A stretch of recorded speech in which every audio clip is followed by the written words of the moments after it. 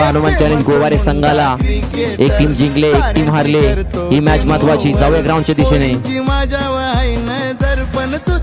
12 चेंडू 49चं समीकरण. चेंडू लॉंग ऑन कव्हर करत असताना दस्तक ते मस्तक चेंडू चाललाय. So elegant, so beautiful, just looking like a wow. श्रीला पाहतोय. श्री बाबर मैदानाच्या आतमध्ये तळपलाय. क्वालिटी बॅटिंग पाहतोय यार. ब्रँड स्ट्रोक पाहतला.